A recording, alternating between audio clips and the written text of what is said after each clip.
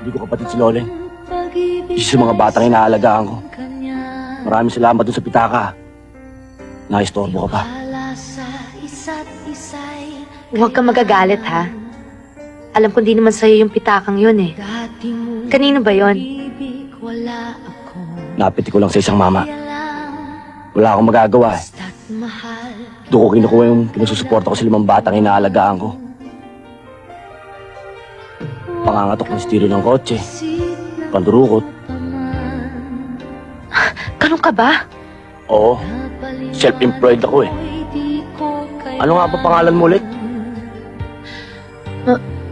Tigna. Ako naman si Carding.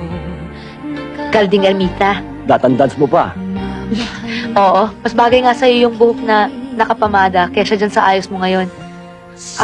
Carding, saan nangyari kay Loleng?